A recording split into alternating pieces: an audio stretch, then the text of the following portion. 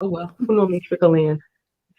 All right. What's going on, people? In here with another installment of interviewing the voice actors. And today we have Angelique Voices of Angelique Voices Things.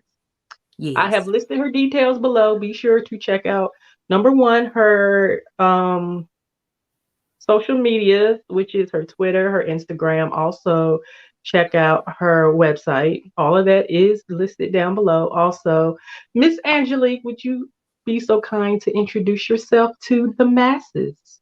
Sure. Hi. Hi. Thanks for having me. My name is Angelique. I go by Angelique Voices for like voice acting things, but obviously that's not my name.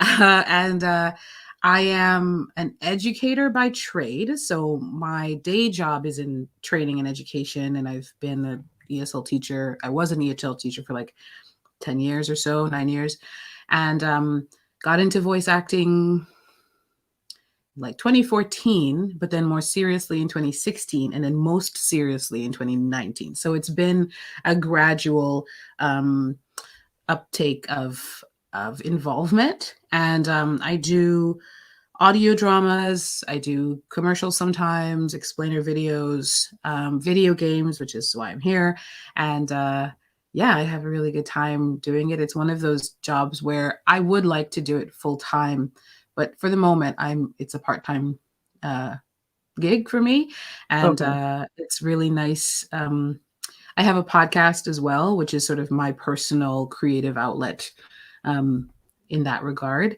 and yeah, that's me. Awesome. Okay. So, first question. How do you refer to yourself? So do you refer to yourself as a voice actor, video game voice actor, voiceover? I typically say voice actor, Okay. and I typically say voice actor, not actress, only because actress is a derivative of actor, and I feel like we're all actors, and I don't feel the need to make that distinction. So I just say voice actor. But if I'm talking in a more like commercial space, I might say voiceover artist, um, because voiceover work in my mind feels a little different from voice acting, even though it's all of it is acting because you're following a script and you're trying to embody a particular emotion or mood or whatever, so it's all acting. So that's why I'm like, I'm a voice actor if anybody Okay. asks. But other terms that I have used are like voiceover artists or um, actually that's it, voice actor, voiceover artist. Yeah. Okay. Okay. Yeah, I don't really And identify as a video game voice actor because yes. it's not the entirety of what I do. It's not even most of what I do, but it is part of what I do. So, Okay. yeah. And how did you get into, in this case, video game voice acting? So the very first one I did, I think I saw a casting call on either castingcall.club or Facebook or Twitter. I don't remember You now. trust I Facebook? Yeah, well, there's one Facebook group and it's Okay. called Audio Drama Auditions or something like that. Um, and Y'all that, take note. yeah, audio drama. Let me just, I'll verify that and you can add it to the, I don't know. Um, I'll add a comment after if I was wrong. And yeah, so they, different people will post casting calls there, similar to how some people will post casting calls on Twitter. And castingcall.club is another one. There are others. There are other websites that people use. But it was one of those, and it was they just needed like a guard to do like it was an NPC. It was a non-playable character, and it was a Skyrim mod red That's guard. cool. Yeah, and so it was a lot of one liners like what are you doing here, and like combat sounds, and getting killed how in various ways, like getting killed quickly and getting killed slowly. Wow. So it's just like boom boom boom boom boom, these are the things.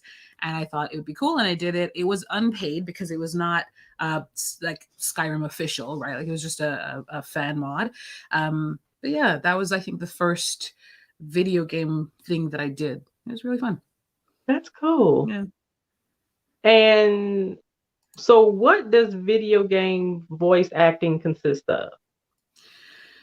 In my experience, which is where I have to start because I am not like the expert or anything on it.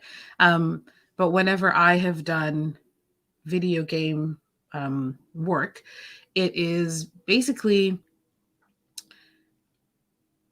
if I'm after I'm cast. Oh, hang on. Work.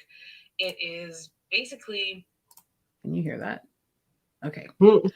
So when I do video game work, it's basically like after I've auditioned, after I've been cast as the character, they send you the lines, the character's lines, and they tell you sort of where um, what I've gotten is sort of like a chart, like an Excel spreadsheet, and the spreadsheet is like broken up into scenes, and then for each scene, it kind of gives you a little bit of a blurb of like here's what's happening in the scene, and then it might tell you uh, the line, and if there's any particular emotion, it's just like right there. So it says derisive, yeah, right. So you know you're saying yeah, right, as opposed to accepting, yeah, right, and he's like, ah, yeah, right, right. And so that's sort of how I've been. That's sort of the way that I've been receiving scripts, and so that I don't have directed sessions. I record from home. I have like a home studio setup, which is not this one, but it's in my bedroom. And so it's easier for me to sort of just sort of get things done and know what mood they're going for. Yeah, and then sometimes they'll tell you record each line 2 or 3 times and just do each line one at a time. Or sometimes they'll say do each line once and then do every line again. Um, it depends on the person. Okay. And then sometimes they want you to send it like each file, like each scene as its own file. And Hmm. sometimes they want you to send each line as its own file, Oh goodness. which is a little tedious on my end, but there are workarounds to make it less like uh, less tedious, right? Hmm. There are tools that allow you to just sort of be like, okay, as you're editing, you can sort of break it up and then say, okay, render by this thing that you use to break it up, and then it just makes. Then you have to like label it properly and things like that. So labeling is a big thing because when it gets to them, they need to know like exactly which line, which scene, which character, and so all of that is like in the file name sometimes. So yeah. Hmm. Well, I just thought of something. Now, is it hard to get into the characters that you're voicing? I have so far no. I haven't been given I haven't auditioned for or been cast as a character that I felt it was difficult to get into. Hmm. Um but if for example the character needs to be in a loving mood and they're flirting and they're vulnerable, then I do um have to get into that headspace, right? So sometimes it does require emotional preparation to get to where they want the character to be. Hmm. But I don't think I've ever had a hard time doing that. Okay. Yeah. And so you mentioned that you started voice acting, what you said in 2000, 2009? No, 14. So like my Oh, first, 2014. Okay. yeah. So okay, I'll give you the more fulsome story of that if you want. So in 2014, I had been thinking for many years prior to that I wanted to Hmm. try voice acting or acting, but I not that I have a problem being seen, but I prefer if I could perform without anybody seeing me, then that would be ideal because I don't really want to have to worry about looking pretty or like, having a nice figure or makeup and stuff like that. So I'm like I would love to perform in a way where I can just be physically just be who I am, and then like focus on what I'm producing. You are my Um, spirit animal, honey. so, but I mean, at the same time, I was a teacher for about a decade, so I'm fine with public speaking. It's Mhm. just, and I've been in musical theater and all of that. I've been a singer on stage, so it's not that I can't do it. It's just I prefer not to. Um, Mhm. and so I thought, oh, maybe voice acting, because when I really drilled down into what it was about acting that I enjoyed, it was embodying that emotion, and it was getting it across and making it so that the person who was watching or listening could really feel and hear that. And so I decided to look for like a class. And unfortunately, there are legit classes and there are not so legit classes, Ooh. which are a little bit more maybe gimmicky, a little bit more like, just it's like a fun Christmas gift. Like, you can enjoy what you can see what it feels like to be in a studio and feel like a voice actor for a day kind of thing. And unfortunately, I got kind of caught with one of those. So it was a 4-week program where you basically went in once a week for 4 weeks. So it was like basically 4 classes, and each class was a different genre of voice acting. And if I had known going into it what it was, then it would just be great because I would know what it was. But I Mhm. thought it was a class to actually get me started in voice acting. And what it really was more like a trial, like a teaser, like a preview sample type of thing. So class 1 was commercials, class 2 was audiobooks, class 3 was animation, and class 4 was narration for documentaries and films, something like that. And so you worked on one script each day, but you weren't alone. There was a class of you, so you didn't even get all the time. Like the attention was sort of reduced because there were other people Mhm. in the room. And then at the end of it they say, okay, if you have your demo, but then here's the reason why I feel like it was not totally copacetic. At the end of it they say, if you make your demo with us, we'll give you a discount. Now, why would I make a now I didn't know this at the time. I know this now, having worked in the industry a bit longer. After 4 classes, you're not ready to make a demo. Mhm. If you've never done any kind of voice acting and then you take 4 1-hour classes, you're not ready to make a demo. Um, Unless, again, you're just doing it for fun to say, hey, I made a demo. Like, look at this. And like, you just sort of show it to your friends. And then like you put it away forever. Um, Mhm. but again, you don't know what you don't know. And I didn't realize, and it didn't occur to me that maybe this wasn't quite what I was hoping it would be. So I did the demo and I recently listened to it, and it's not good because it starts with somebody else's voice introducing me, and then they say their company's name, then they say my name, Oh, and wow. then it's my voice. So the first 5 to 10 seconds isn't even me talking. Um, and then when I listen to the mix, it's muddy, it's not clear, it's like the music is too loud, you can't really hear me and stuff like that. And so, but anyway, so I did the demo, and the guy said, here's a list of agents, send them your demo, tell them I made your, tell them I sent you. And maybe he is or was a very well-known, well-respected voice actor, but as a demo producer, mm, not so much. And Mhm. so yeah, so that didn't go anywhere.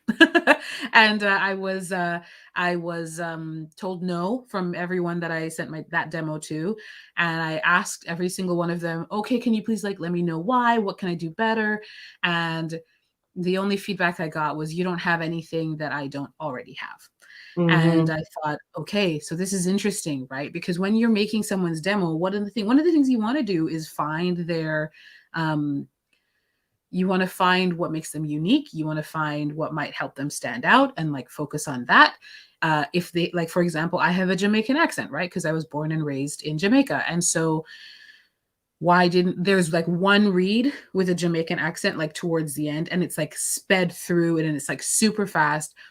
Um anyway, all sorts of issues with that demo. So that was 2014 and it kind of didn't go anywhere. And then in 2016, I was living in Busan, South Korea, teaching English and living my best life. And Yes, ma'am. I was telling everybody, I was sort of one of those, I am one of those people who's like, I want this thing. I don't know how to get it. So I'm just going to tell anybody who will listen that I want it. And then hopefully someone that I tell it to will be like, here's how you get into it, or here's where you can check, or you can look here. Of course, you do your Google searches as well. But it was one of those things where I was just like, man, I would really like to get into voice acting. And I just kept speaking it out into the universe and to actual people. And one of the friends that I had made in Busan sent me a Facebook event invitation, and it was a casting call for an audio drama. And I'd never done an audio drama before. I'd never done anything before. I'd never even listened to an audio drama before, but they're basically like radio plays. So if you remember back in the day when you would have like the Foley, like the coconuts to like mimic the horse footsteps and stuff like that, hooves. And so I was like, oh, this looks cool. So I reached out and I said, I'd really like to audition. And I was asked to, he gave me like a passage and said, can you sing this? And I said, is there music?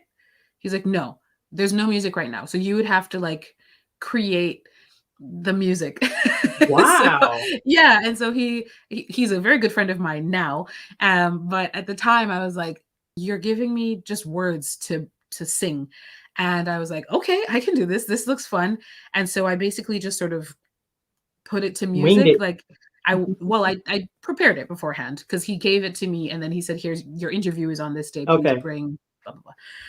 So there was a cold read, which for anyone who doesn't know just means they give you the script then and there, and maybe you have a couple minutes to read the script and then you have to record it. And then so we did a cold read, and then I sang this thing for him. And years later he told me that it almost made him cry because he was like, it was his art, and someone had put it to music or whatever. So that was cool. And so that was the first voice acting role that I ever had, was acting Macy Oliver, a musician, a singer, in Big Data, which is the name of the audio drama. Okay. And Big Data is actually a pretty fun show. It's bigdata.show, and it's about, I don't know, thieves stealing the keys to the internet. And then after that, it kind of slowed down a little bit. There was hope for Big Data 2 or Bigger Data, but that didn't happen. So I recorded some songs for a couple of songs for it, but it didn't. They got repurposed into other projects. And then in 2018, the beginning of 2018, this is also through Facebook. So it's kind of funny that you're like, you trust Facebook? I'm like, I mean, I've gotten like the first 2 jobs, they were paid jobs I got through Facebook.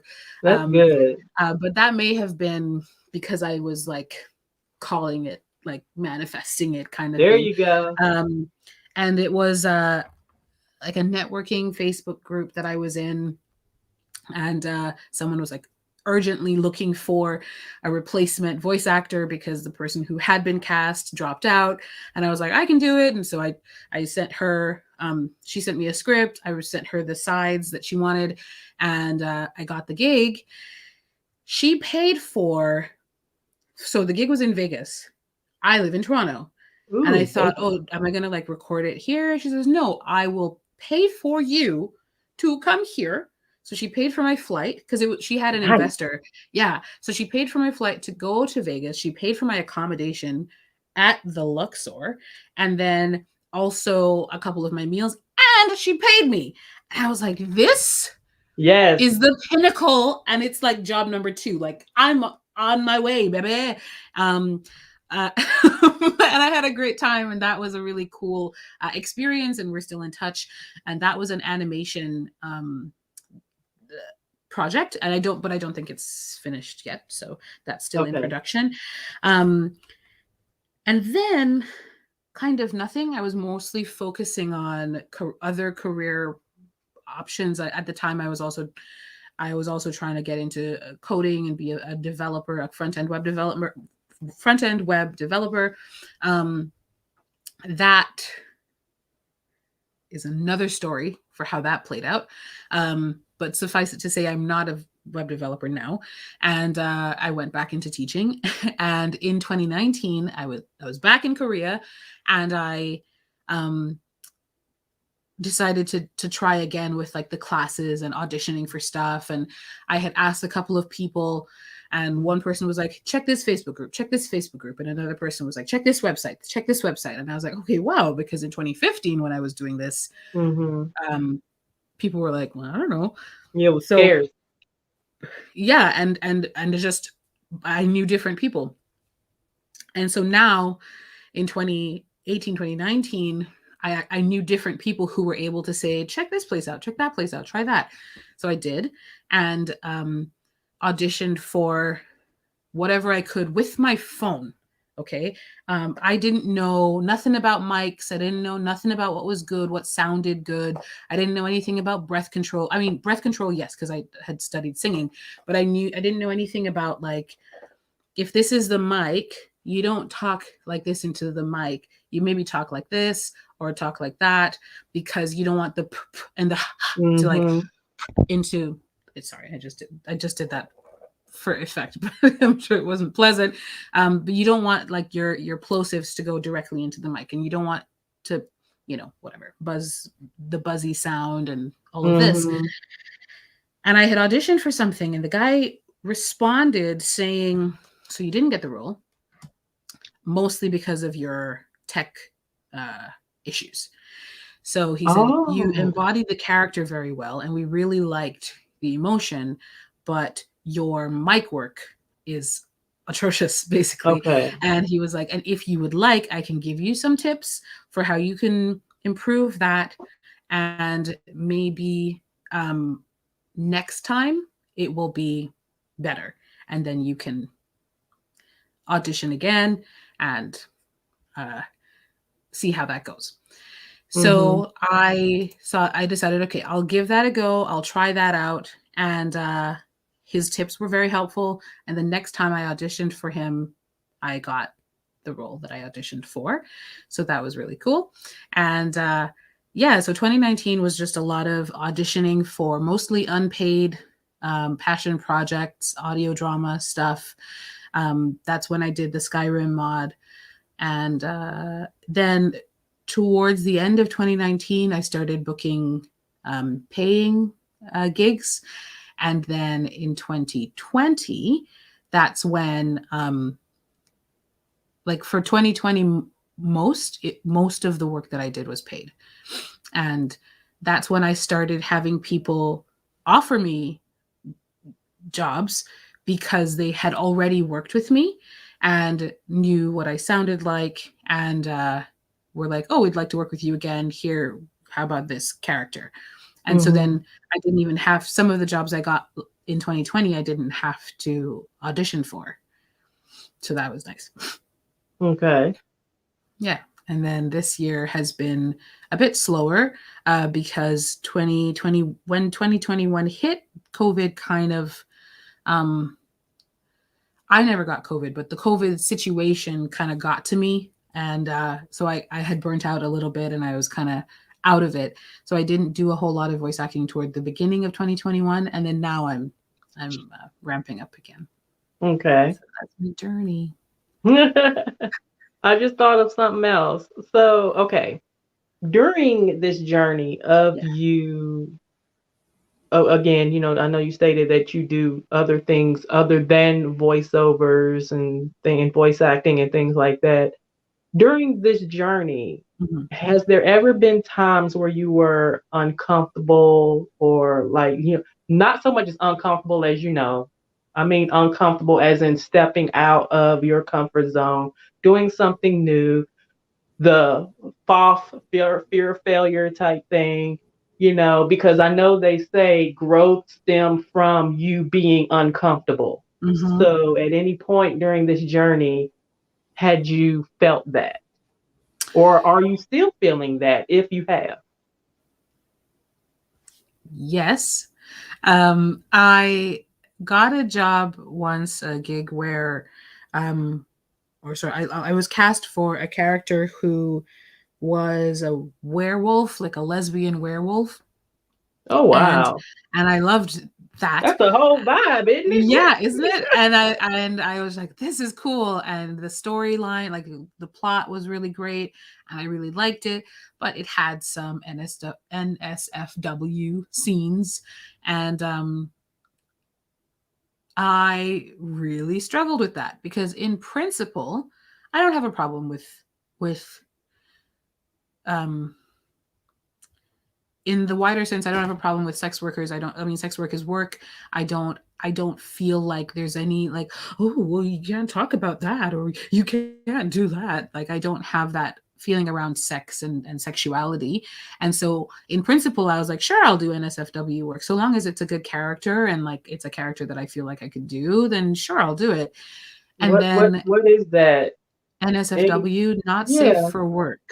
So usually Oh, 18 plus erotic okay. sexual type Okay. character work. And so the character herself was not an erotic character, but she was in a relationship and she had sex, and that was part of the story. It was like an audiobook, I think.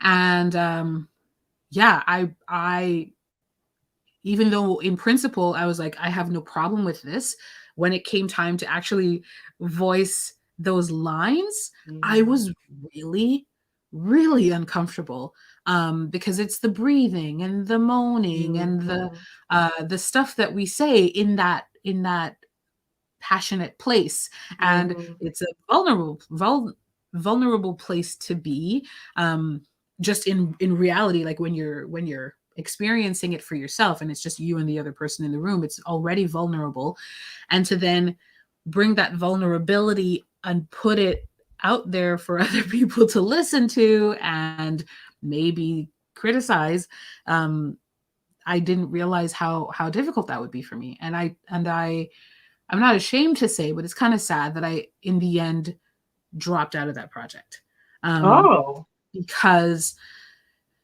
I think I did one of the chapters and sent that in, and they were like, "Yeah, this is great. Let's keep going." But then on their side as well, someone dropped out, and the project itself kind of wasn't going anywhere. And then on my end, I was starting to feel like maybe I'm maybe I'm not comfortable. Maybe I'm not okay with this. Um, and I think, it's great for other people, but maybe this just isn't for me. Like maybe I'm just not an 18 plus erotic voice actor, and this is just not a thing that I can do. Because here I am trying it and really, really hitting a wall. Mhm. Um, and the wall was mental. It was fully psychological and emotional. It wasn't a wall like, oh, I can't say these words or I'm physically unable to get this voice. None of that was the case. It was all Mhm. like up here and in here. Um, Fast forward some years, and I've been presented with that opportunity again for a character that I've already played. Okay, so this is the continuation of this character's journey. And I was asked, can you do this scene? It's, between this character and this character. We know they have a history. We'd like to do a flashback that kind of shows that relationship. And we had a whole conversation about it. And I was like, again, in theory, yes, but in practice, I struggle. And I had a bit of a breakthrough this year when I realized, of course it's uncomfortable. You've never done it before. Of course it's uncomfortable. It's vulnerable, and you, Angelique, do not like to share your vulnerability with Mhm. anybody else, let alone the world. And therefore that doesn't mean that you um have a problem with it, and it doesn't mean that there is any moral issue with it. It just means it's hard right now because it's new and it's something you've not done before, and it's something that is outside of your comfort zone. What a great opportunity to push yourself a little bit past. So we haven't recorded the scene yet, but when I made that flip in my mind, I was like, of course, it feels a little bit silly because it's such a vulnerable thing and you're just standing in your own closet recording recording, all of these like very passionate and like sensual lines and sounds. But the end product will be good, and it makes sense for the character, and it's a beautiful story. But it's a beautiful relationship between these two people, and all of that. And so that's I think I was half asleep when the thought occurred to me. It literally felt like a flip had been switched in my head when I realized, I don't know if it was me who said it to myself or spirit said it to me because I was half asleep and tuned in. I don't know. But I Mm. heard very clearly in my head, of course it's uncomfortable. You've never done it before. And I was like, that light bulb moment that, Yep. the sky's clear and all of a Mhm. sudden everything just makes sense. It Mhm. was but I was half asleep. But it was that moment. Um, and that, uh, really just completely shifted my mindset on it. Thanks, Mo. um, it completely shifted my mindset on it because I was able to realize, okay, yes, this is outside of your comfort zone, but this is not outside of your morals or your values. This is just weird and uncomfortable and new, and that's fine. It's okay for it to be that for you, and Mhm. you can just go forward. um, and knowing that there's a saying that I heard from somebody else, but I adopted it, and it's feel the fear, but do it anyway. Feel the fear and do it anyway. And it's like, it's okay to be scared. It's okay to be uncomfortable. It's okay to be like, I don't know, anxious and Mhm. nervous, and I don't know if it's going to work out. And you can still do it, even if you're having these feelings of fear, because growth, like you said, growth is what happens when you step outside of your comfort zone. There's another saying, I'm full of these things. There's another saying that's like, your comfort zone is a lovely place, but nothing grows there, Exactly. right? Um, and that's true because even if, let's say, you're working through trauma or you're working through something and you think you've healed from it, because when you're in a peaceful place, you're able to um, think about it in different ways. But you don't know if you've actually healed until you are in a state of fear or you're in a state of discomfort. Then what do you do? That's when you know, that's how you get through it. That's how you overcome it, because you have to be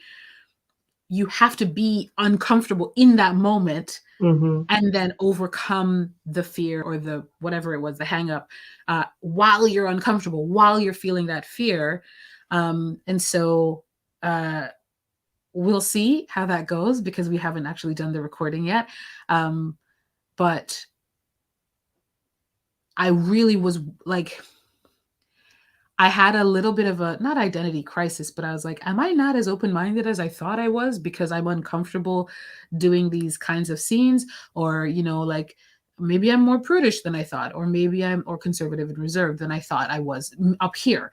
And it's like, I mean, maybe, but also maybe it's just you gotta go through it to get through it. Mhm. That's another fun phrase that I learned. You have to go through it to get through it. You can't just like avoid it and then be like, and I'm healed.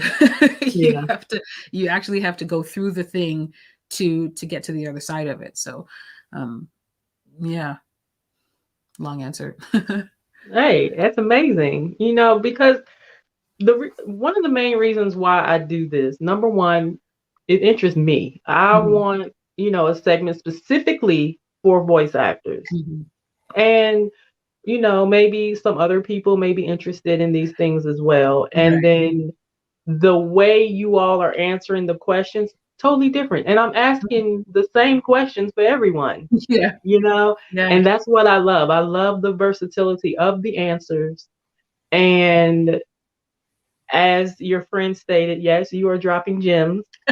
And people really, those that are interested or those that are curious into, things such as this, I feel that by talking to the source, with which is you all, Hmm. that people could gain more insight and knowledge as of to what they can do if this is something they want to pursue themselves. Right. Again, as you stated, uh, you had no one knew anything of how you could even get into this. And, as time went on, you were able to, reach out and find more sources and things of that nature. And so I feel that in a lot of ways, this is helping people who may not know anything of how to even get into this, to voice acting or Yeah. voiceovers or whatever the case may be.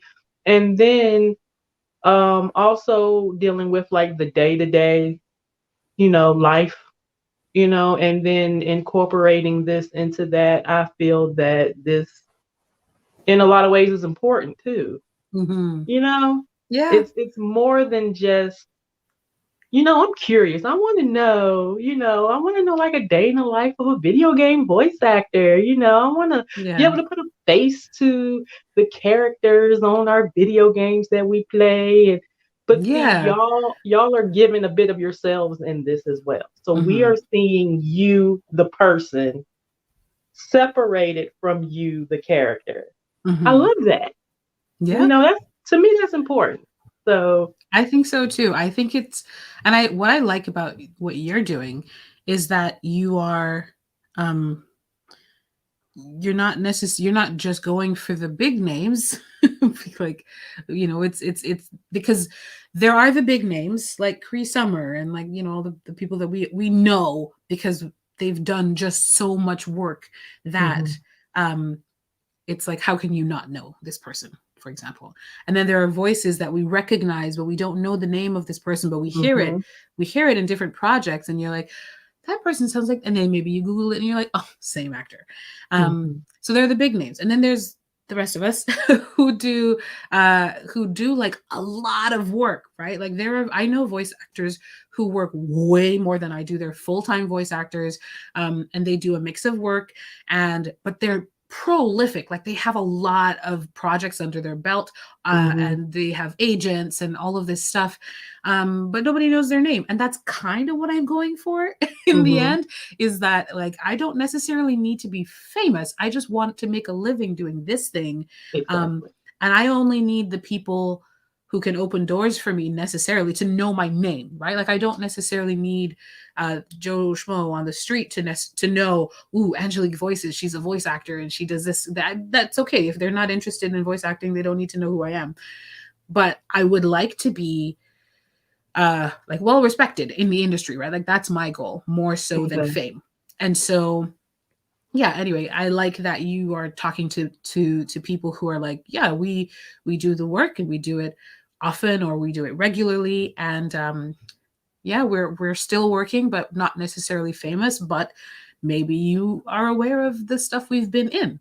And that's always cool when you can make that connection. Mhm. Yeah. Okay. So, how many games have you voiced? Right now, I have voiced, like I've finished two projects, two Okay. different games. So the Skyrim mod was one, and there's another like a dating simulation game called So in Love, but like SEW in Love. I'm not sure where it's at in production, but I'm finished my role. Um, Okay. and then there's a Rush Attack, which we I was cast in, I think, last year, but we haven't started recording yet, and because it's still in production. And if you check that the Twitter account Rush Attack Game, um,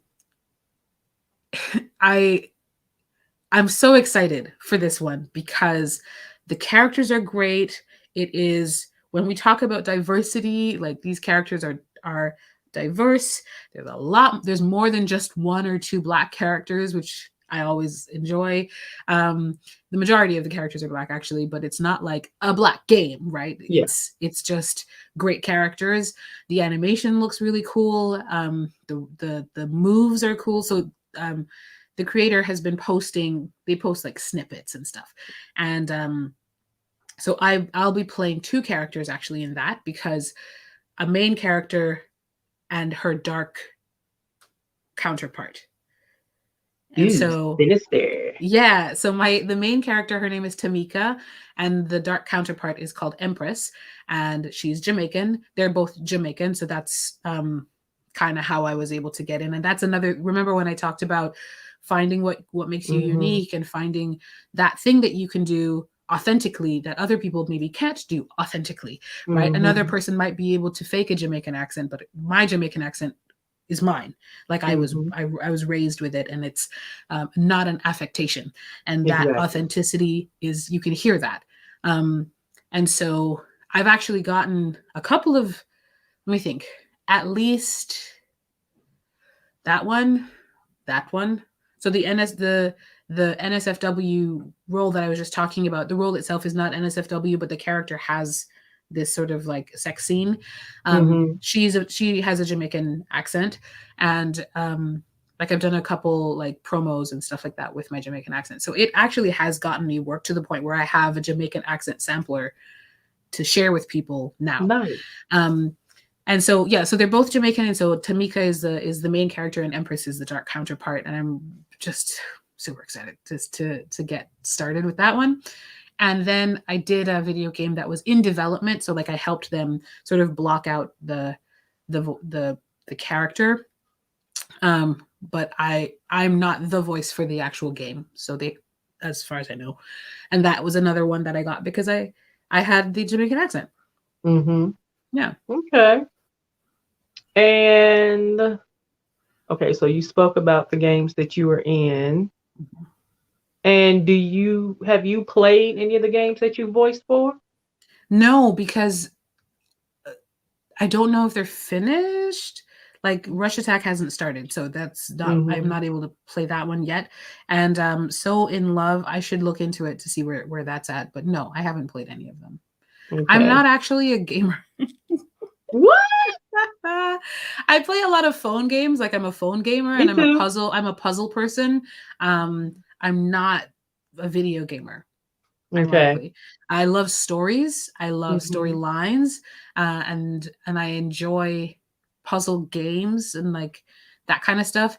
But for whatever reason, I don't know. It just, like I have a brother, and he was heavily into video games, and I sometimes would sit and watch him play, and a couple of times I would play too. Like we had an Atari, we had the old school Nintendo, so we did Duck Hunt, and we I played with him a couple of times, but my hand-eye coordination as a child was very, very bad. Very bad. Couldn't throw. Like I was the person who, like if I was throwing a thing, I would do this and it would like fall behind me. Do you know, you don't know what I mean? Yeah, I know what you mean. So I it's was like like I that think with footballs for a while. yeah. So or I would be like, I would throw it really hard. So I would either like go too soon or too late. And so I would let go here and it would fall behind me, or I would complete the arc and then let go, and so it would go straight down into the ground. Like that was me as a kid. And like I also didn't have I had like an astigmatism and nearsightedness, and I don't know if any of that had anything to do with it, but um Lifeline on Apex, who's that? I don't know that game or that character. And I don't have the YouTube one up because I think that was causing my connection to be really slow, so I can't see the Oh, chat. yeah, that's what I'm pulling them up as they type Oh, them. okay, cool.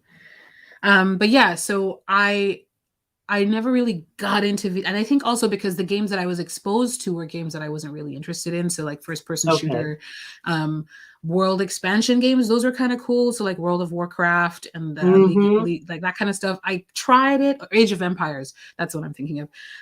I tried it, but I was like, this is slow. And then when they started coming out on phone apps, then I got into it. Like Farmville, I got into Farmville on Facebook, which is kind of like Age of Empires, right? Like you're expanding Mm-hmm. your farm and you're building this and you're making wheat and trying to get money and doing all the things, and that was really fun.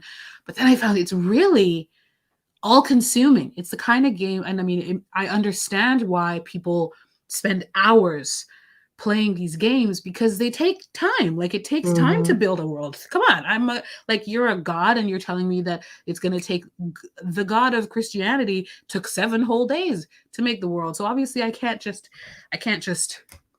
be done in an hour. Like give Yeah. me time. So and then I was like, but there's other stuff I want to do with with my time. So I ended up not it was the kind of thing where I couldn't sort of sustain that interest because I was like, oh, but if I'm spending all my time on this, I can't do all these other things I want to do. Um, so I tried The Sims for a while. Oh, an unauthentic Jamaican accent. Yeah. I'm not good at shooters, so I played Apex, but not not often. Okay. Yeah. So I'm like, and for some reason, even though I don't play those games, I watch stories like that. I watch movies like that. I read books like that. Read graphic novels like that. That's sort of Oh. where I'm really into that. Mhm. Um, and so I'm like, even though I don't play video games, I can understand it's a story. You're trying to tell a story, and the more authentic the voices are, the better the story, and the more easily players can connect with these characters and can really be involved in the game. So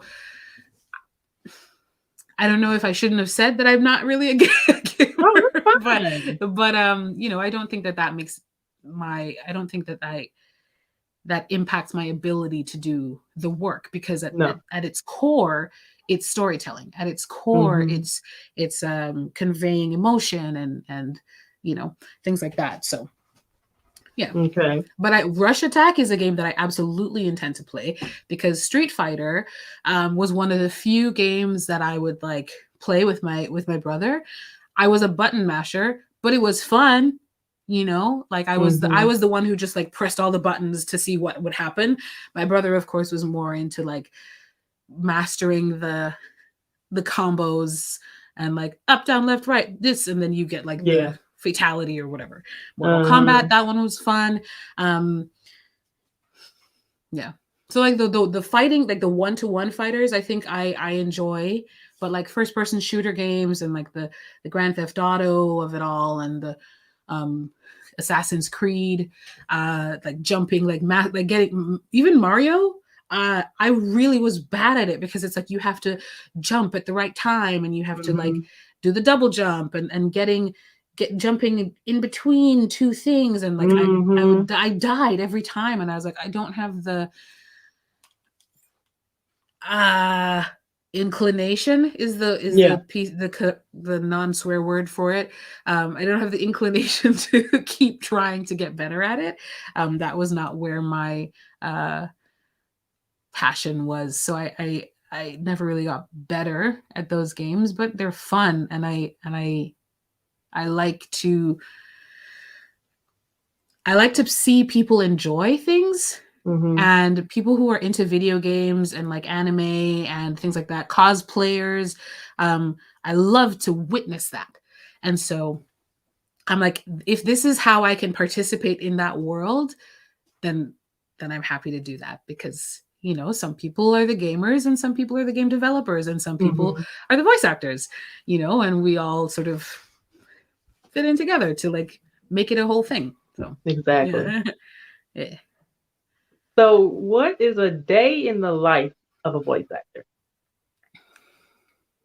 So if it's a day where I'm actually recording something, because I don't record every day, um, let's see. Right now, I don't live alone. And so I have to navigate with the people I share this house with to be quiet when I want to record. It's a fairly quiet neighborhood, but it's next to a school, so I can't record Monday to Friday from 8 a.m. to 4 p.m. or whatever. Oh, wow. Which is fine because I have a day job.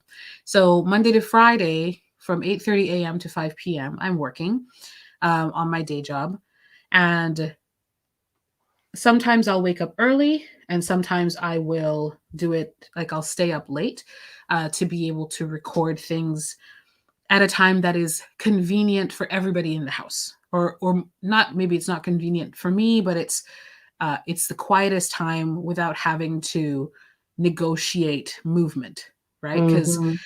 if there's a pressure cooker and it's not the Instacook pressure cooker, it's like the old school pressure cooker with the Oh, whistle. goodness. Yeah, Mhm. that carries, right? Yeah. Or we have a blender, we have a Ninja blender, and it's called Ninja, but it's very loud. Yeah. I understand that it's called Ninja probably because of the sharpness of the blades and how effective it is at blending things, but Ninjas are quiet. This blender is the loudest blender I have Mhm. ever used, like ever. It's really loud. Yeah. Anyway, um, so not having the pressure cooker going, not having the blender going, not having the TV too loud. Please don't walk around in the room above me right now. Um, because it's a house, it's not an apartment building. Mhm. So I hear every footstep and Yep. the creak of the boards and the flushing of the toilets and and it's like that's a challenge when you live with other people. And so I know a lot of voice actors who just commit to recording at 2 a.m. Like that's just what they do. Whew. They know everyone's asleep, so they stay up or they take a nap, and they wake up. They do the recording at 2 3 a.m. in the morning, and then they can do the editing during the day. So sometimes I've done that. I don't like to, because my voice changes, right? Like your voice is Mhm. different when you first wake up, it's different when you're about to go to bed. But occasionally you want that morning voice. Mhm. So you're like, okay, so for this character, I'm going to wake up at 3 4 a.m. because I know my voice is going to be down here and it's going to be a lot raspier and it's going to sound a little bit more like a man. But that's kind of what I need for this character right now. And when I'm angry and I'm growling, I can actually get that sound more effectively at 4 in the morning, when I've just woken up, or even if it's 7 in the morning, but like everybody's awake at 7. So you wake up at 4 to get it all done before everybody else wakes up.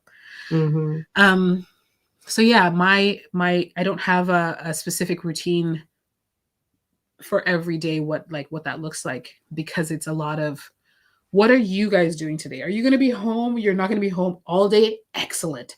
And then someone's mowing their lawn, and then Mhm. someone's mowing the park next to the school that you live next to, and that's like an industrial strength mower, so that's loud.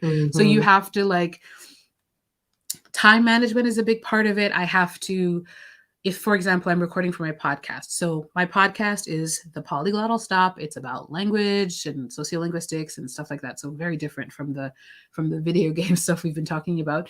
Um, but I write a script or an outline. So it's also partly like, or if it's someone else's script, preparing the script, um, in the moments when everybody's up and about and there's a lot of noise, so that when you have a quiet moment, you're ready to record.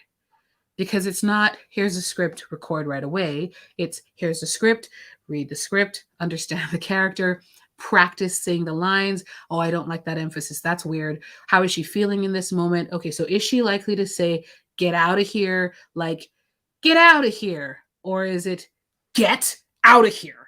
Or is Mhm. it, get out of here? Like, how is she saying this, playing with it, doing all that stuff, making notes in the script, blah blah blah blah. All of that stuff can happen. It doesn't really matter what anybody else is doing around you, how much noise. So it's about, so my in my day I have to leverage those moments for the prep work, for the editing after the recording.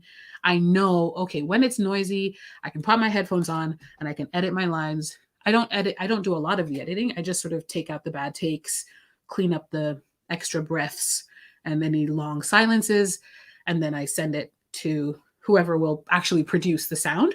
Okay. um, but I know I don't need it to be quiet for that. And so I'm like, okay, and I don't need it to be quiet for me to write a script, and I don't need it to be quiet for me to prepare a character.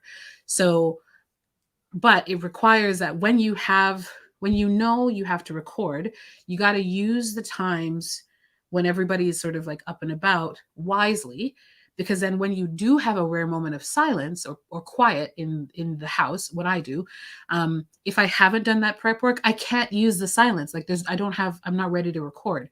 So does that make sense what I'm saying? Mhm. Like, Oh, yeah. um, so time management is my biggest challenge as it happens, because when everyone's up and about, I want to relax.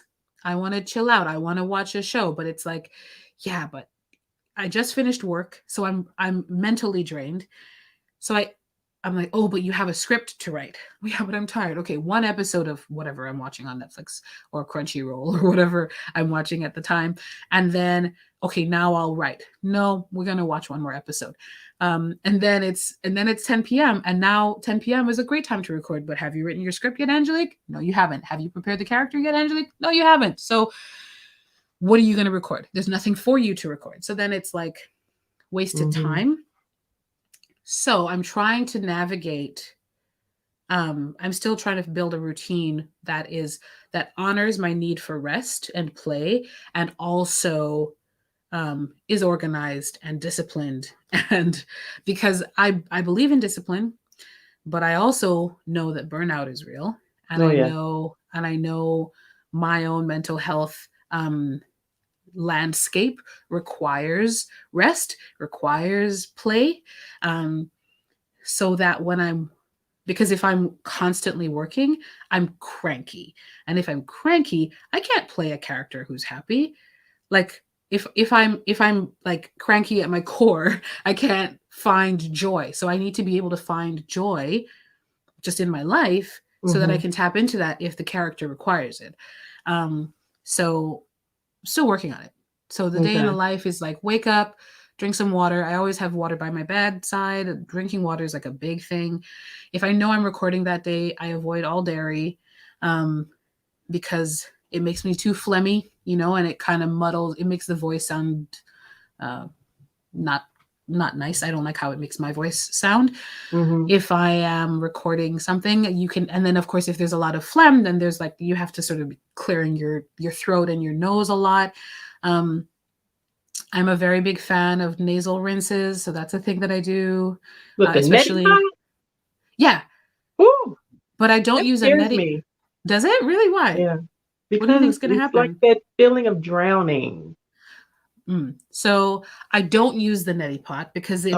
it's too that what you described, the feeling of drowning. Yes, I have same company. They make a bottle. It's a squeeze bottle, so it's got the straw all the way down, and it's just a little thing you just sort of like stick it up your nose and you squeeze the water, and the water just goes up and down.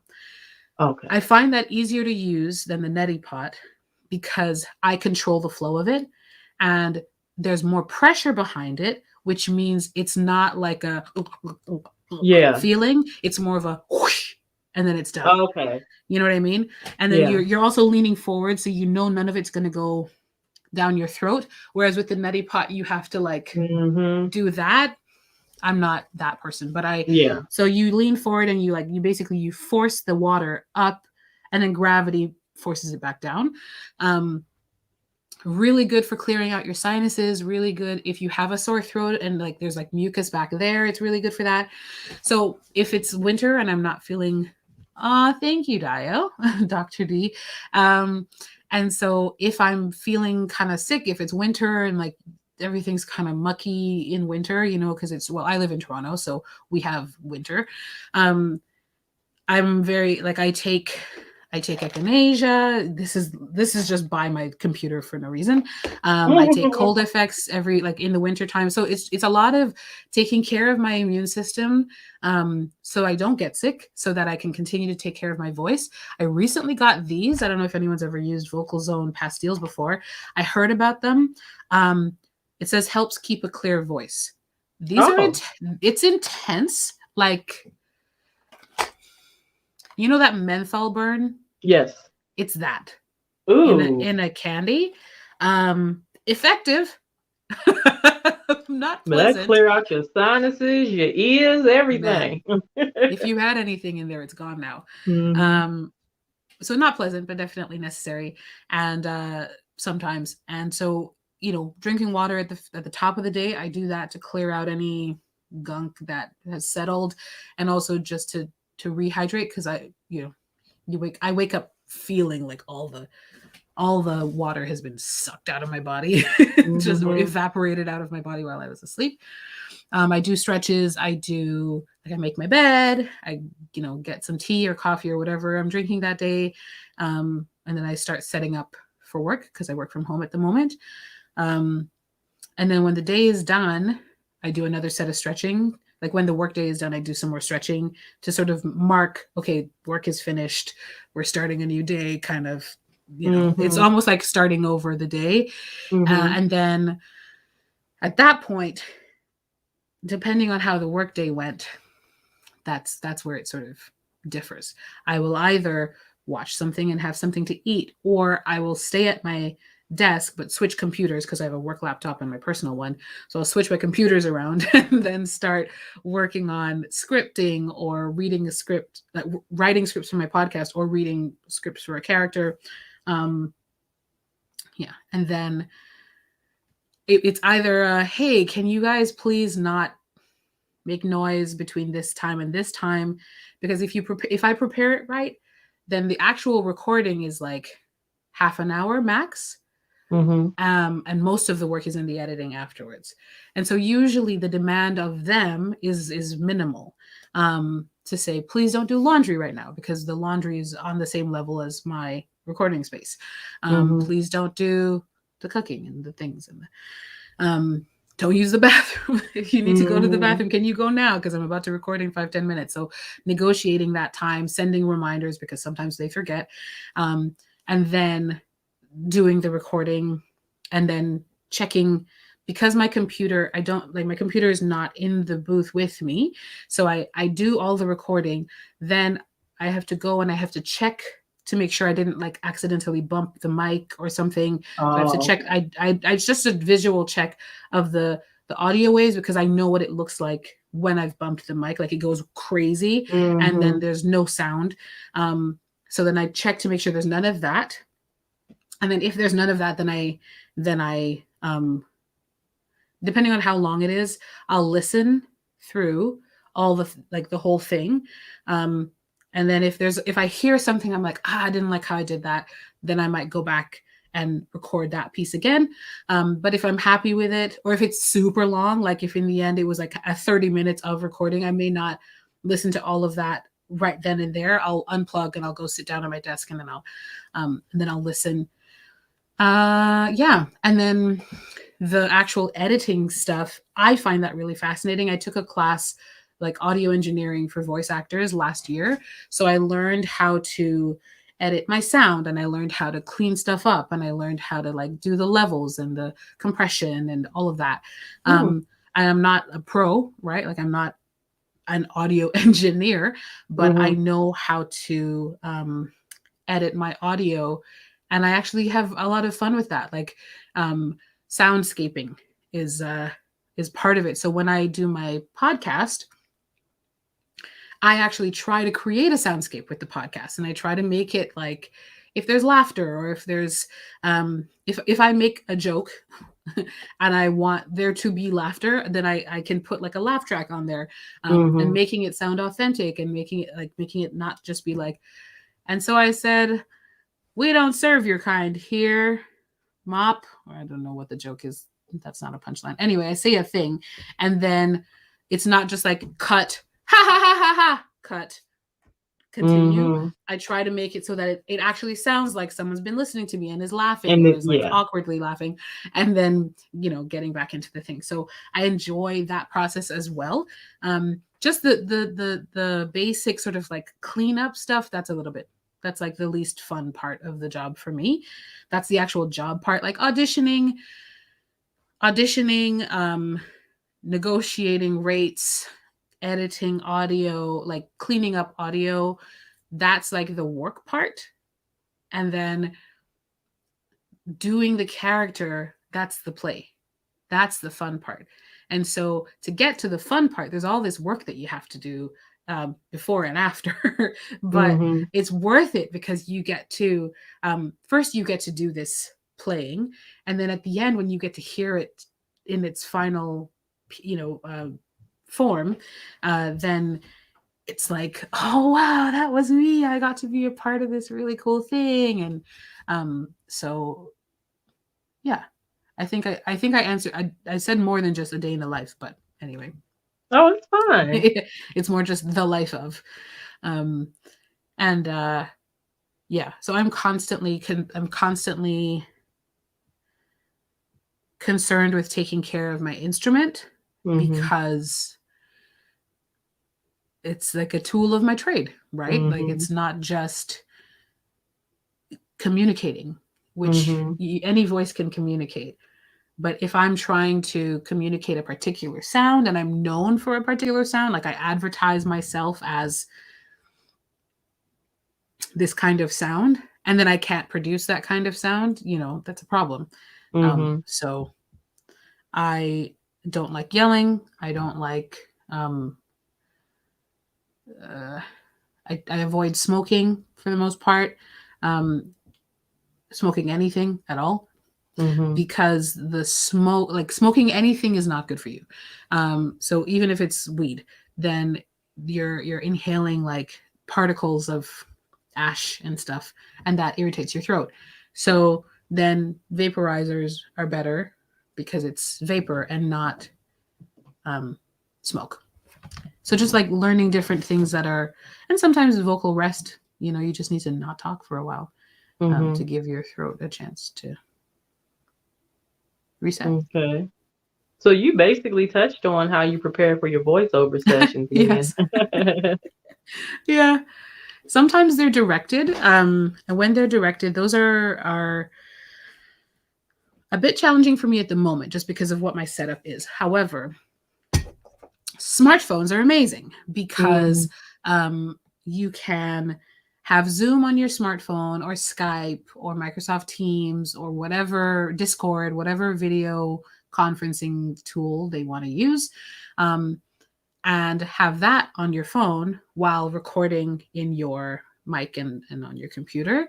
And so sometimes it's that's been really interesting because that's like one of the few times you get to actually interact with the other actors, because that's one of the nature of voice acting, especially if you do remote recording, is that you are by yourself, and you're trying to, if it's a conversation, or if it's dialogue, you're trying to imagine what the other person's going to sound like, and so you're trying to respond to what you think they're going to sound like. But then what if they recorded a different way and it doesn't match, right? Because they're Mhm. really intense and then you are more laid back in your interpretation.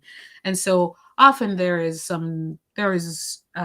expectation that you might have to do a couple redos, but also the director is sort of in charge of that, right? The director is the one to say, this is a very intense scene. So Mhm. imagine that you are not yelling, but you are being very forceful with your words. So, if you're given the right amount of direction, then even if you can't hear the other person, then you can approximate what they're going to sound like. But a directed session sometimes has everybody in there. Everyone's recording on their own device, and it gets synced up later. But they'll do something like, okay, 3, 2, 1, clap, and so then everyone does the clap, and that's how the audio engineer in post knows, okay, line up the claps, and then um, they try to sort of like make it all fit together. And that's Okay. really cool because then you can Mhm. hear the other person and you're responding exactly to how they are recording. And that's more authentic. It's less guesswork. I've only done that a few times, but it's been cool every time. It's amazing. The things we can do now with technology, and each of us is just in our homes. I'm here in Canada and the other person's out there in the US, and then another person's in the UK, and another person's in Sweden, and we're Mhm. all on this call together recording this one scene, and then when it's finished, everybody around the world is able to listen to it. I love it. It's really Mhm. cool. Yeah. And so let's see, where are we? What is okay, so have you had to okay. Has there been a game that has been difficult for you to voice in yet? Like, something that was hard for you to difficult for you to do, whether it was, tough on your vocal cords or mentally or Yeah, mentally, no, I haven't had any that were mentally difficult, but the Skyrim mod one, that was a challenge because there was yelling and there was a lot of grunting and combat noises, and that's Mm-hmm. quite harsh on the throat, but also difficult to get a good sound without popping your mic, right? Because that's another thing. It's like mic technique and understanding, like if you're making a very loud sound, you can either turn down your gain or you can step back, leaning away from your mic. Point If your mic is here, not recording yeah right in the mic, but like maybe you're slightly off the mic, or maybe you're further away from the mic and slightly off, so that you can get excuse me, you can get the fullness of the sound, and it's clear that it's intense and it's louder, but it's not um clipped, right? You're not Mm-hmm. clipping your mic where it's like way too loud for your mic, or it cuts the mic out entirely. So the Skyrim one was hard for that because I had to, it was like my first time having to do all of that work and having to navigate yelling and mic technique and lots of water because actually also there's an audio drama called Cyclone that I'm in, and that's the character who's Jamaican, who's gonna have a sexy scene later. Um, there are a lot of scenes where my character is angry or intense and is not yelling, but there is an intensity there. And I had to, like, I was constantly drinking water for that because it was like, and then it Mm-hmm. creates this tickle in your throat, and then you Oh have to like yeah. get rid of the tickle because once it's there, like Yes. you can't muscle your way through. I can't muscle my way through a tickle in my throat, like because then I start talking like this because I'm trying not Mm-hmm. to cough. So then I have to just pause and cough and then drink some more water, and then I would have like maybe one of these, or maybe something that's not as strong, like something with honey in it, just like just, or even literally a teaspoon of honey, just to coat the throat so that I can like start again. And then Okay. so those kinds of things, those kinds of scenes just take longer because I do what I can, and then I gotta pause and I gotta drink the water and da da da. And I know that some of it has to be um what's the word, so if there's mic technique, there's vocal technique. And so knowing how to manipulate your voice without shredding your vocal cords, that's Mm-hmm. also something that I'm working on. Because with singing, in my mind, it's a lot simpler. It's a very clear way of singing. Like singing without hurting your throat, to me, is an easy and a simple equation. You sort of sing through your diaphragm, and the mechanics of like pushing down or pushing out here to then get the sound out here, not straining here. But sometimes if you're what you're embodying is a real life emotion, that in real life you're yelling, and in real life that person might have a sore throat the next day, right? A Mm-hmm. person who has a really intense argument with their lover or with their parent or with their coworker, and there's yelling and stuff, that person the next day may actually have a sore throat because Mm-hmm. that's just what that does to your throat. And so it's like, do you try to do the singer thing where you are intense but it's coming from your diaphragm, but that doesn't sound in any way authentic? Or do you try to just be authentic and like do the yelling and understand that the next day you're like right after you're just gonna have to do a lot of um rehab basically on Wow. your throat. Mm-hmm. I'm still learning. I'm not saying that I've got it figured out. I'm just, these are the questions that I ask myself when I'm doing um uh that kind of emotive work, is Mm-hmm. like, what do I do here? Do I try to preserve my voice, which sounds like an announcer, but I'm trying to be a person in a conversation, or do I just do it and then right after drink honey lemon tea and like take a spoonful of honey and then go on vocal rest for 3 hours? Like, still trying to figure out what the best way is. Still learning. Okay. And so, have you ever used any of your video game voices in public? Or are you even allowed to do so? I mean, I'm allowed. None of them are like the voice itself is mine, but or do you mean like the lines? I guess just the voice itself. The voice itself?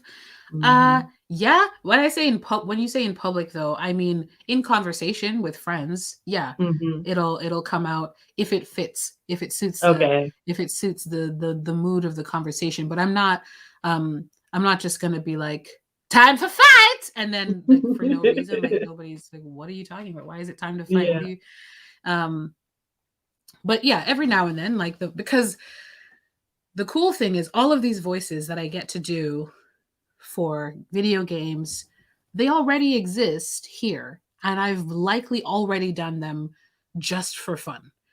I make voices all the time. I talk like this all the time. Or hello, welcome. You know, like I'm the robotic character. I'm not real.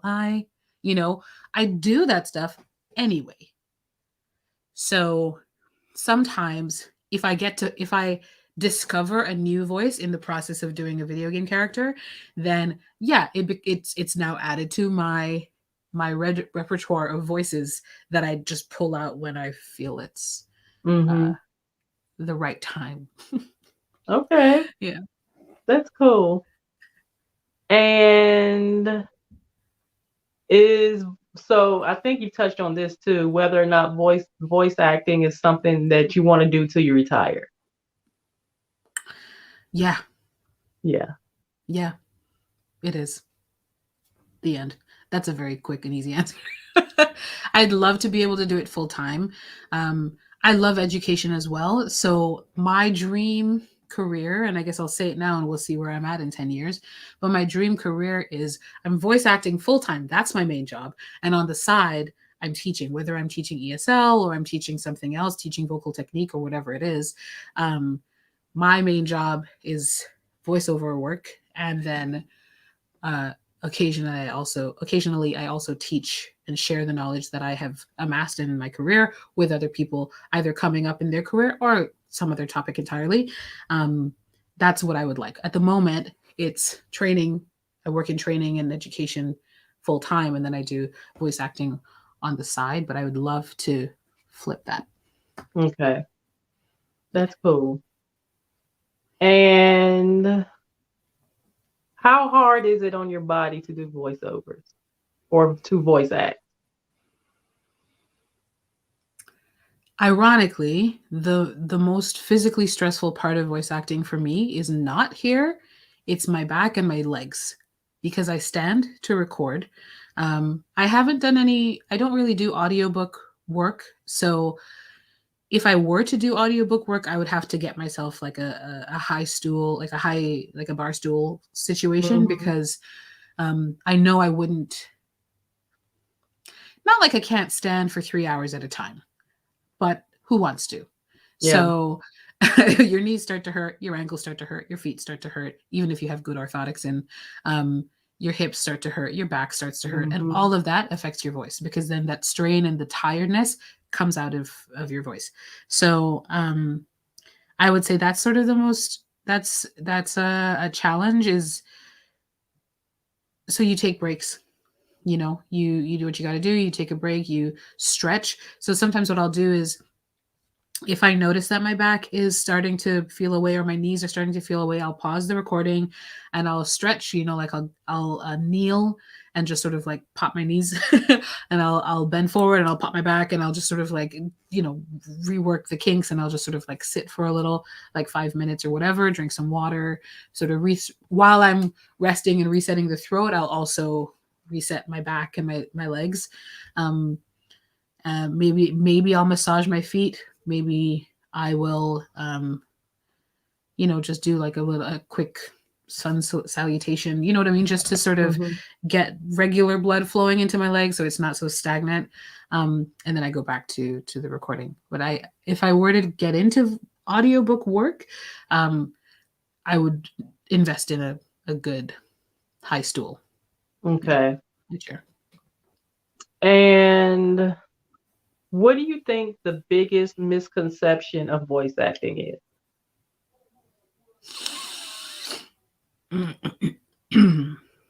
Biggest misconception. Um, that it's easy.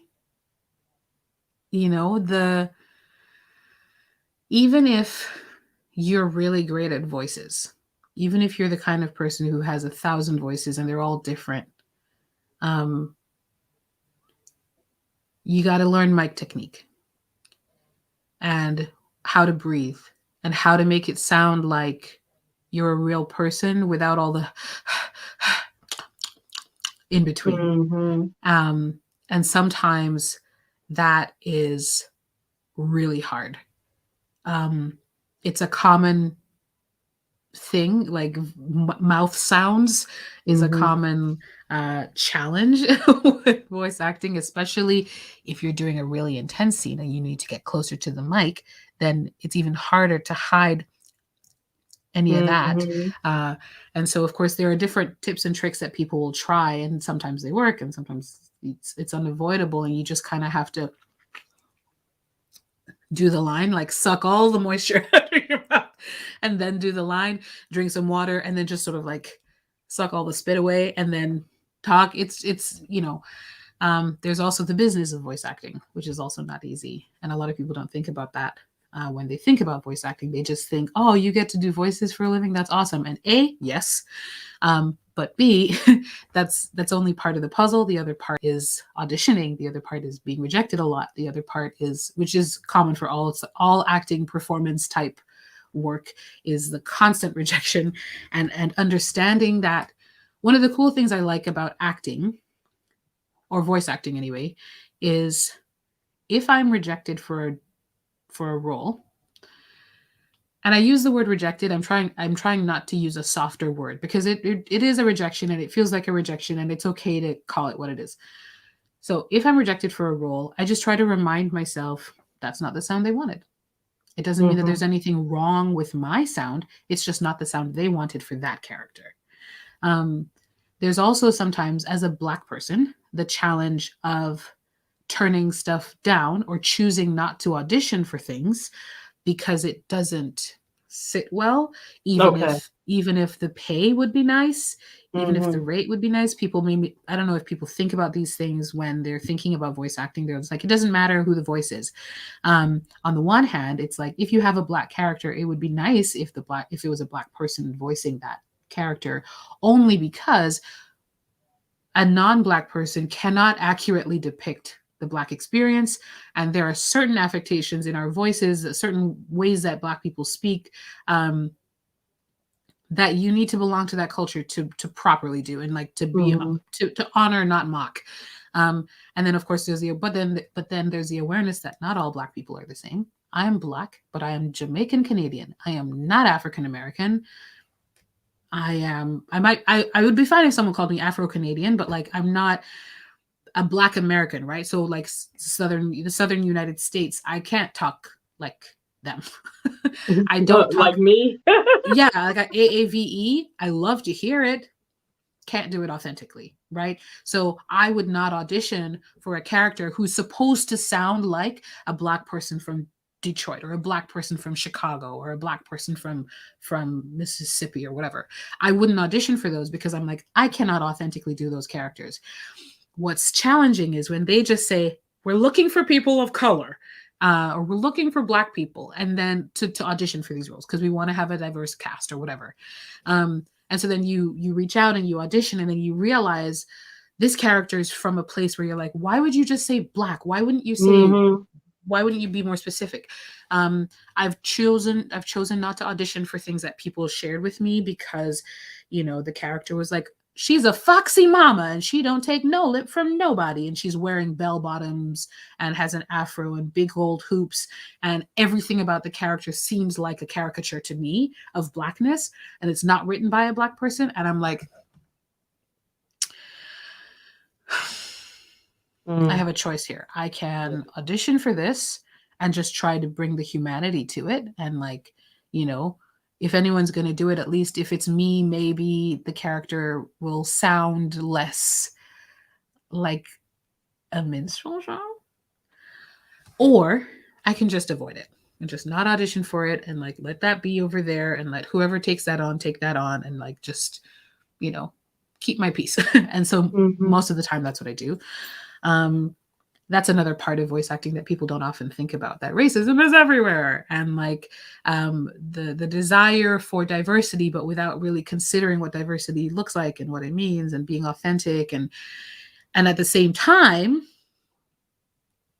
I don't only want to be cast as a black character. It would be nice if there were characters that it didn't matter if you were black or white, Mhm. and then you cast a black person.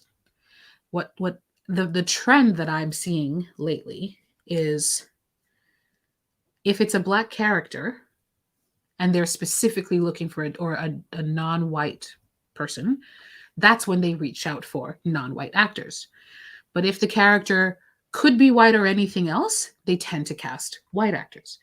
And so it would be nice to see more characters that are like, it doesn't like whatever the person looks like on the screen, that it's not actually connected to the culture of the person, or it's not, the voice actor could be like a black person voicing a white character. I mean, it happens. I'm not saying it doesn't happen, but um, I only like the people who are very kind and hear things that they think I would sound good in, and then they share me or they tag me and they're like, "Hey, Angelique, maybe you should audition for this or whatever."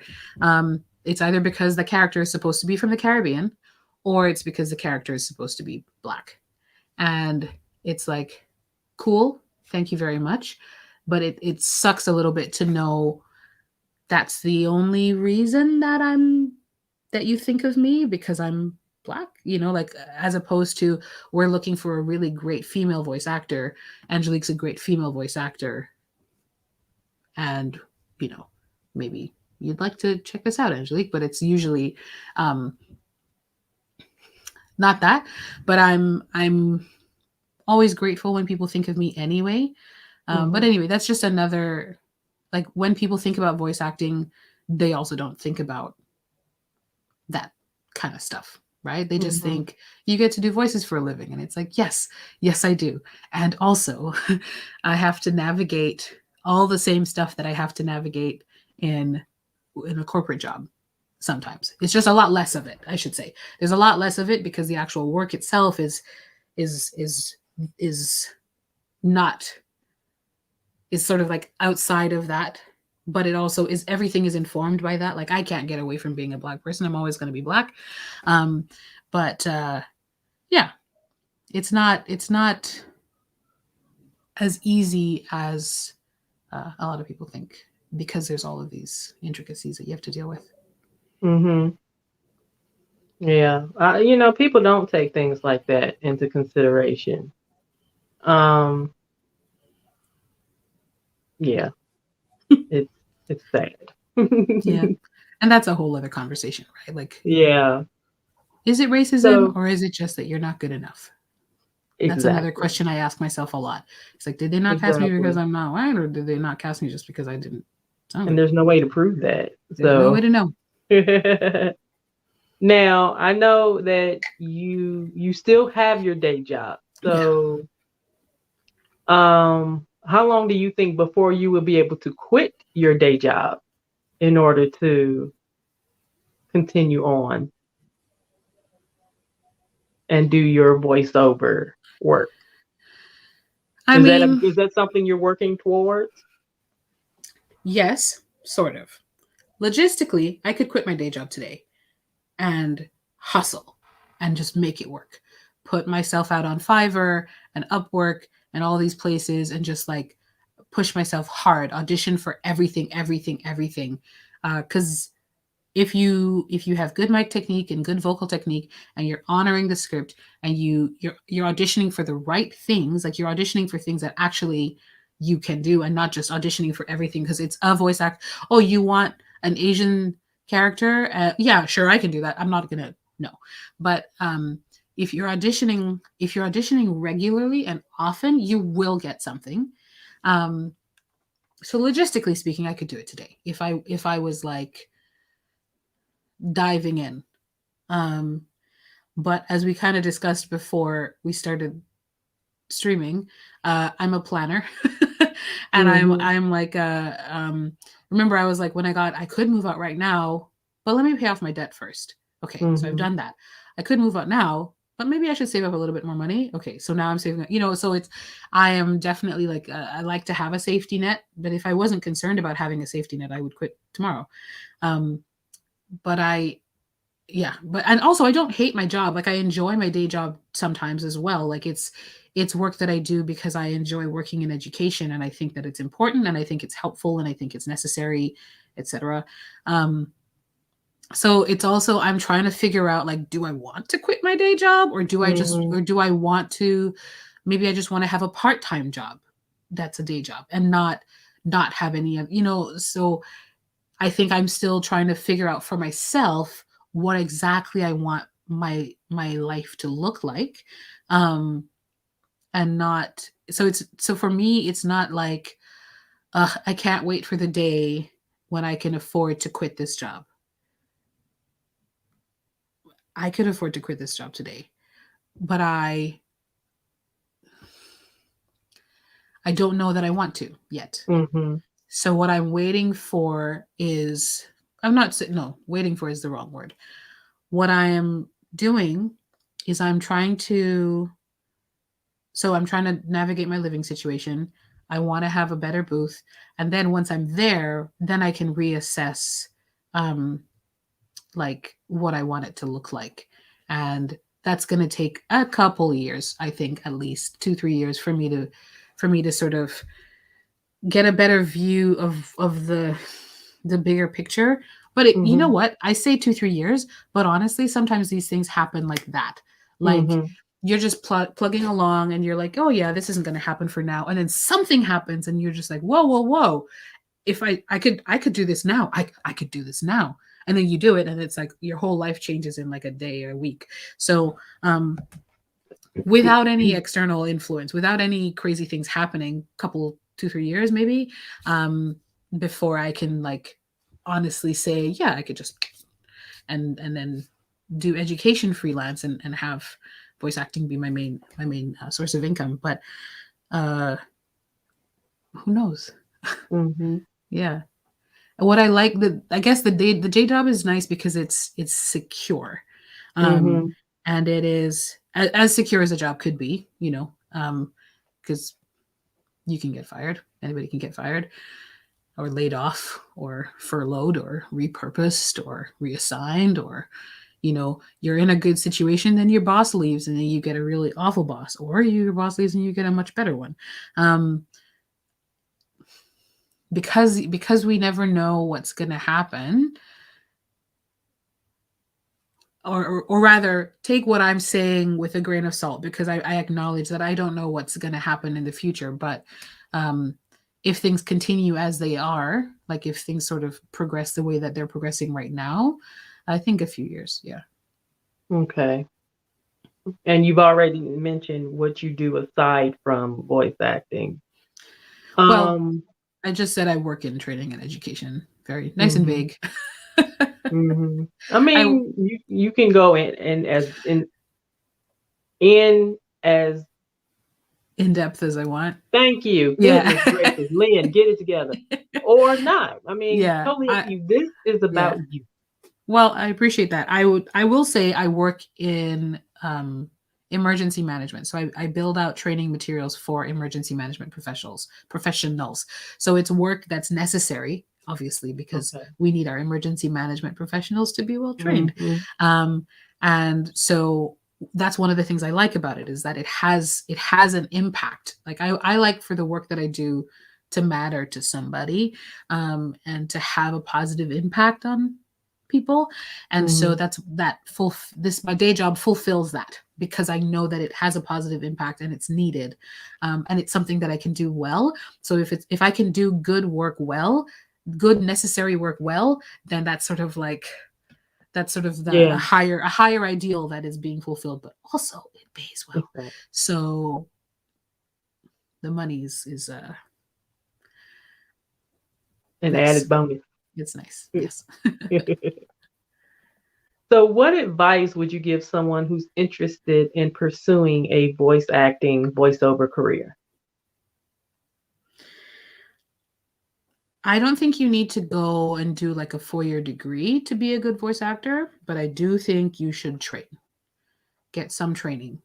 Um, whether it's an online class or you find an in person um, vocal coach or in person classes or whatever, I really, really, really think learning how to use your voice, learning mic technique, learning the business of voice acting is really helpful. And while you're doing that, you can audition for um, passion projects. You can audition for unpaid work. Now, I'm not saying all unpaid gigs have lower standards. That's not the case at all. Because I've done work that was unpaid where they had very high standards because they were like, we get money, but the only money that we get goes right The back production. into the production of the show. And that's Mhm. why we don't get paid like for ourselves. Like it's not money that we can use to like buy groceries or anything. It's literally just enough money to pay for the web hosting, and it's to pay for the equipment and to pay our producer, or to not the producer but to pay like for the software or whatever. Mhm. um so, I'm not saying that, but there are a lot of projects where it's just like in the same way that there are voice actors who are just trying it out and just want to see, there are producers who are just trying it out and seeing if they like it, writers who are just, I just want to see if this writing thing is viable, or I just want to see um if I can, put together a show, or I just had an idea in my head and I just want to like try it out with other people who are willing to try it out. There are a lot of projects like that that you can do while you're learning. um, but I think always be learning is like the biggest piece of advice. Always be learning. Train if you can afford and find classes. Um, and always acknowledge like where like try and have a realistic view of where you're at in your career. Um, because there are standard rates, but then there's also like, do you possess the quality that is expected of these standard rates? And if the answer is no, then maybe you can accept lower rates for now, right? Like there is a little bit of paying your dues, I think, that goes into it. There's a little bit of um, start from the bottom, work your way up, which is not Mhm. everybody's journey, right? Some people get famous in another regard and then they just sort of laterally, like Lizzo, for example. She worked her way up as a performer and a singer, and a musician, and then she got like, a character in a feature film, um, without any voice actor training. But she has been training in acting, in not acting, she has been training in something. So that obviously there are many ways in. That's another thing to keep in Mhm. mind. There are many ways in.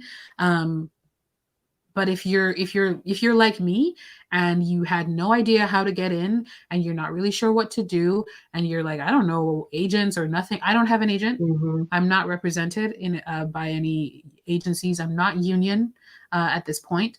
Maybe one day, but being union limits you. So also understanding the difference between being union and not being union. All of this is from learning. So yeah, my biggest advice is, I think, yeah, I am the kind of person who likes to take a class first because I like to know what I'm doing before I do the thing. Mhm. But I didn't take a class before my very first. Um, well, I guess I took a class, that 4-week thing. I did that before I got my first gig, but I don't know if that counts. But before that, I had done musical theater and I had done theater, right? Like in school and stuff. So by the time I got my first voice acting gig, I had acted before, and I had sung on stage before and I had performed before. Um, so, if you're like that, then just, I don't know, give it a try. And yeah, I don't think I have anything else to add that I haven't already said. Well, is there anything else you would like to add in general? um, hmm, no. Sorry. Just No, like, I it's feel like I should have okay. more, but we've been talking for like an hour and a half or so, right? So I'm like, Yeah. I feel like I've said everything. Always be learning, take care of your instrument, practice, Um, be a good person, be professional, uh, Mm-hmm. be kind. You would be surprised how far you can get if you just work well with people. Show up on time to rehearsal sessions, submit your lines in time, like respect the deadlines that are given to you by the director, respect the people that you work with. Do not expect that because you're the talent that you are more important than anyone. But at the same time, you are important. So don't allow anyone to make you feel like all you're doing is saying words into a microphone. That's easy. Anybody can do that. Therefore, I can afford to pay that. Therefore, I will pay like my audio engineer, but I won't pay my voice actor. To me, that kind of thing is not okay. Oh, Um, wow. but there are people who are like, I have to pay the audio engineer because in their mind they see the audio engineer as like real work, and so it's like I have to pay them because they won't do it if I don't pay them. But I can get voice actors for free, and yeah, sometimes, yeah. And if you're the kind of voice actor who's just starting out, maybe you will do that job because it's experience and it's a thing that you can add into like a sampler, not a demo reel, but like a like here's work I've done before kind of thing. Um, but also, yeah. So don't put yourself above anyone, but don't put yourself beneath anyone either, right? Because every piece of the project is necessary to make the project. Mm-hmm. Yeah. So that's it. Okay. Well, I thank you for taking time out of your schedule Yeah, to chat with us and of again course. drop those gems Yes. and to educate us on many facets over, above, and beyond voice acting. Well, thank you Um, for having me. I hope that the message didn't get lost in the mess of my rambling. Not at all. Not at all. So I guess on that note, then we'll just go ahead and we'll end today's podcast. It's not a podcast. I have a habit of saying podcast. We'll end today's interview. But do Um, check out my podcast. It's the Polyglottal Stop, wherever you listen to podcasts. If you like language learning, and sociolinguistic type stuff from the point of view of a self-proclaimed polyglot. and I will add that in the description as soon as Oh, I get thank you. that Yeah, information. perfect. All right, guys. Thank you all for watching. Again, be sure to check all of Angelique's links down below in the description. I will add her podcast. And till next time, guys, take care, be safe, love one another, and we'll see you on the next video. Bye.